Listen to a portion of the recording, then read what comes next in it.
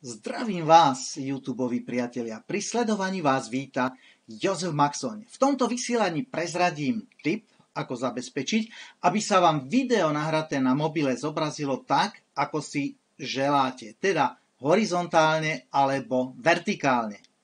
Aby sa nestalo pri nahrávaní videa, že všetko sa vám vydarí a nakoniec, keď si video pustíte, zistíte, že je zle otočené a nemôžete ho použiť. Je to na šľak trafenie, pretože potom máte pocit, že sa to už nikdy nepodarí tak, ako v tom natočenom videu. A môže to byť pravda. Tak sledujte ďalej, aby ste sa tomu vyhli. Sledujete kanál Videodielňa s návodmi, radami a tipmi o videu a vysielaní. Zaujíma vás táto téma? Kliknite na odoberať a prihláste sa hneď teraz k odberu. Zapnite si aj upozornenia, aby vám neušlo žiadne nové video. Ďakujem. V tomto videu upozorním na niektoré drobné úskalia, s ktorými sa môžeme stretnúť pri natáčaní na mobil. Čo si treba uvedomiť, keď idem natáčať na mobil?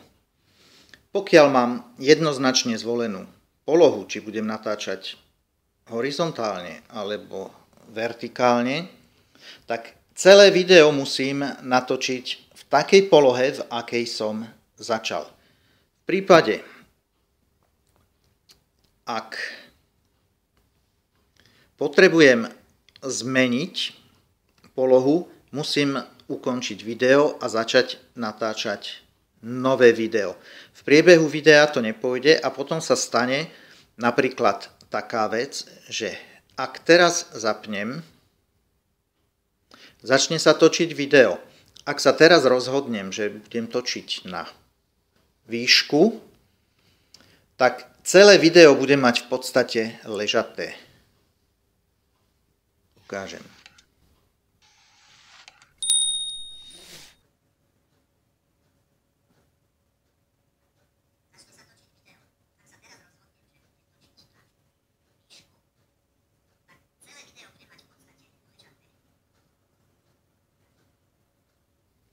Tak to bol príklad jasný, kde bolo vidieť, že počas alebo po zapnutí nahrávania už nemôžem meniť polohu vodorovnú alebo zvislú. Musím dokončiť natáčanie v tej polohe. Odporúčam natáčať v polohe na šírku, teda mať plný záber, pretože z takéhoto videa môžem urobiť aj štvorcové a takisto môžem urobiť aj vertikálne video v editačnom programe, takže odrežem niektoré časti videa, ktoré mi do toho záberu už sa nevojdu. Ale v prípade, že som natočil video na výšku, tak už nemôžem bočné strany dorobiť.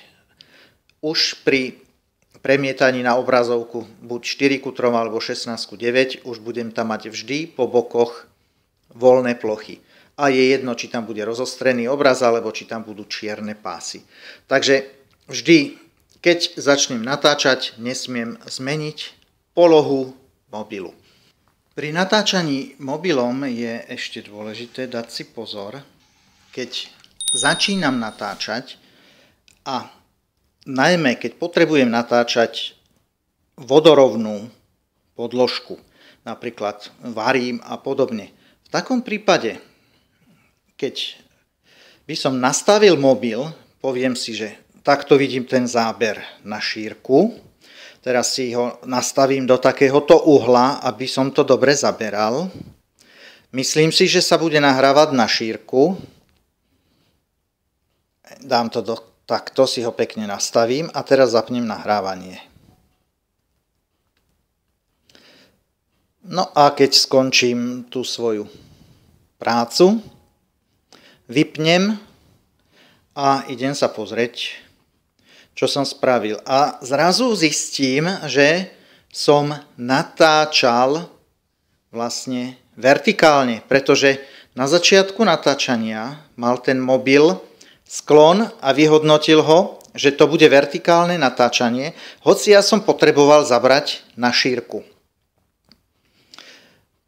Ak si chcem zaistiť to natáčanie na šírku, vtedy treba urobiť vlastne tú vec, že keď si takto teraz nastavím mobil, zapnem nahrávanie, teraz už ten mobil môžem dať aj takto. Umiestním si ho do statívu a teraz budem nahrávať. No a keď vypnem, tak video bude celé na šírku. Aj keď som pootočil alebo pohyboval počas celého nahrávania, bude video na šírku. Tak keď si chcem zabezpečiť správnu polohu, v tej polohe si ho nastavím, zapnem a potom ho pootočím, umiestním do statívu a už stále natáčam v tej polohe, v ktorej som začal. Takže pozor na niektoré vychytávky, pretože aj polhodinová práca môže výjsť na zmar, pokiaľ nebudem mať správne uložený telefón a potom z toho vertikálneho záberu už neviem urobiť horizontálne video na šírku. Považoval som za vhodné upozorniť na tento dôležitý moment pri natáčaní videa na mobil, ktorý môže ušetriť kopec času a niekedy aj zachrániť neopakovateľné zábery. Ak si myslíte, že toto video bude užitočné aj pre iných, dajte like a zdieľajte. Ste zvedaví na ďalšie videá o videách? Prihláste sa k odberu. Ak ste na začiatku cesty k tvorbe videa, pripravil som pre ľahšiu orientáciu v tejto problematike krátku PDF publikáciu 5 minút o videu pre začiatočníkov. Odkaz na stiahnutie zdarma nájdete dole v popise. Pretransformujte vaše myšlienky a fantáziu do viditeľnej podoby pomocou videa. Video je silná zbraň a keď sa správne zamieri, dokáže prinášať vám aj vášmu publiku zábavu, uvedomenie, vzdelávanie a aj hojnosť. Používajte ju teda s rozvahou a prostredníctvom videa pomáhajte ľuďom meniť ich životy k lepšiemu. Toto video pre vás pripravil Jozef Maxoň. Ďakujem za sledovanie.